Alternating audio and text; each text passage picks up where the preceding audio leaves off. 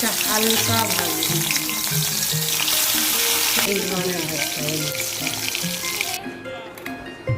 কাঁচা লঙ্কা বাটা, আদা রসুন পেস্ট, কালো জিরে ফোড়ন, 2 পিস মাছের জন্য যথেষ্ট মশলা, এটা লবণ, একটু টমেটো, আদা ভাজা আছে তাই একটু আগেই দিয়ে দিলাম। তার সাথে মাছটাও হয়ে যাবে, মাছটাকে একটু উল্টে পাল্টে দিলাম।